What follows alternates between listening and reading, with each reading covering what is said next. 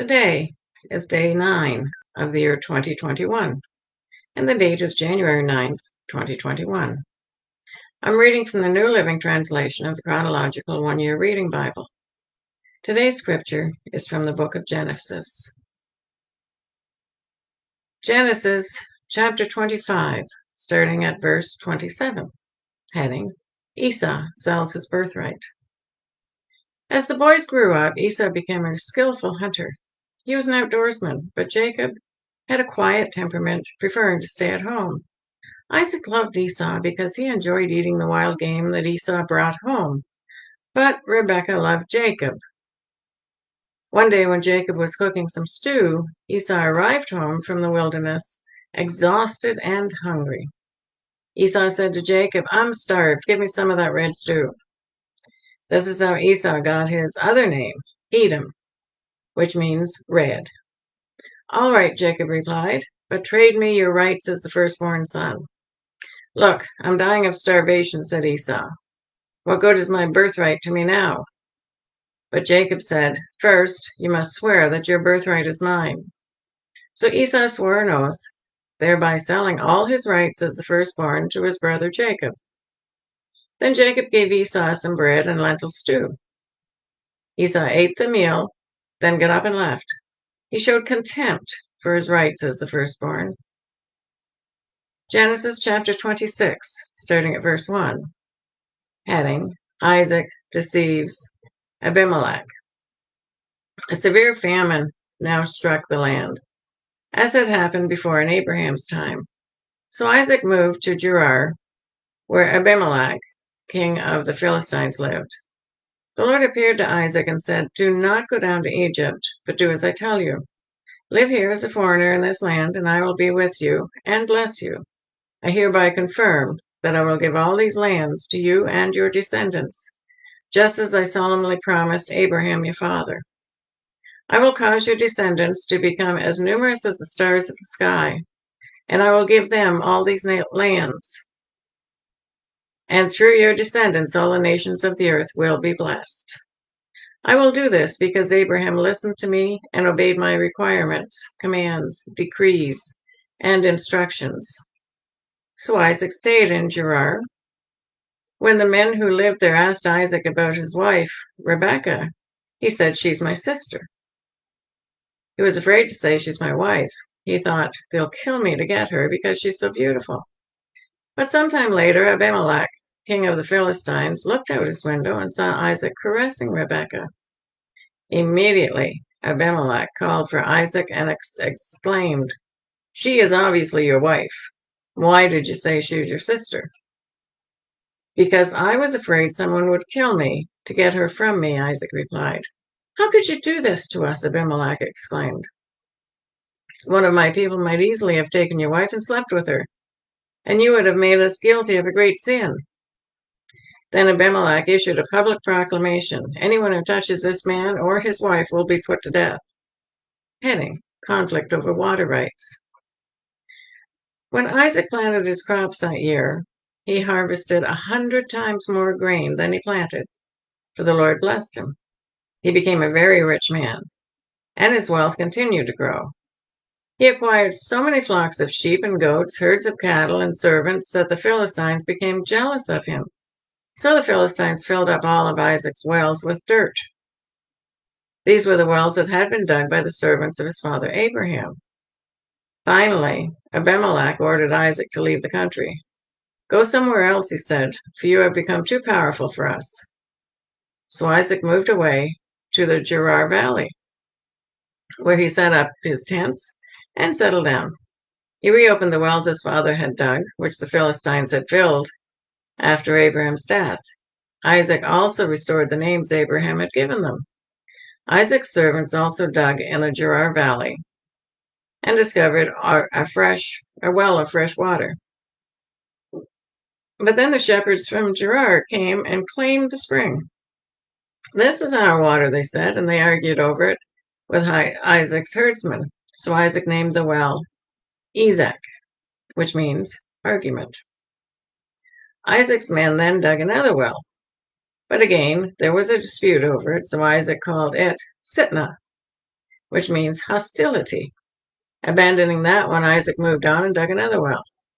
This time there was no dispute over it, so Isaac named the place Rehoboth, which means open space.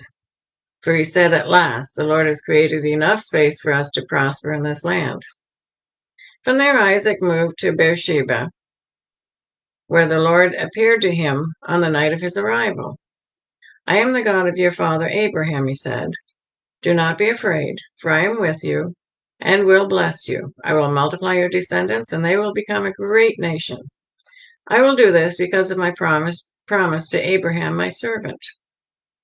Then Isaac built an altar there and worshipped the Lord. He set up his camp at that place, and his servants dug another well. Heading: Isaac's covenant with Abimelech. One day, King Abimelech came from Gerar with his advisor, Ahuzeth, and also Phicol, his army commander. Why have you come here? Isaac asked. You obviously hate me since you kicked me off your land. They replied, we can plainly see that the Lord is with you. So we want to enter into a sworn treaty with you. Let's make a covenant. Swear that you will not harm us, just as we have never troubled you. We have always treated you well, and we sent you away from us in peace. And now look how the Lord has blessed you. So Isaac prepared a covenant feast to celebrate the treaty, and they ate and drank together. Early the next morning, they each took a solemn oath not to interfere with each other. Then Isaac sent them home again, and they left him in peace. That very day, Isaac's servants came and told him about a new well they had dug. We found water, they exclaimed. So Isaac named the well Sheba, which means oath. And to this day, the town that grew up there is called Beersheba, which means well of the oath. At the age of 40, Esau married 2 Hittite wives, Judith, the daughter of Beeri, and Basemath, the daughter of Elon. But Esau's wives made life miserable for Isaac and Rebekah. Genesis chapter 27, starting at verse 1. Heading: Jacob steals Esau's blessing. One day when Isaac was old and turning blind, he called for Esau, his older son, and said, My son? Yes, father, Esau replied. I am an old man now, Isaac said, and I don't know when I may die. Take your bow and a quiver full of arrows and go out to the open country to hunt some wild game for me. Prepare my favorite dish and bring it here for me to eat.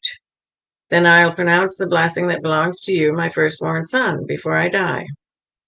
But Rebekah overheard what Isaac had said to his son Esau.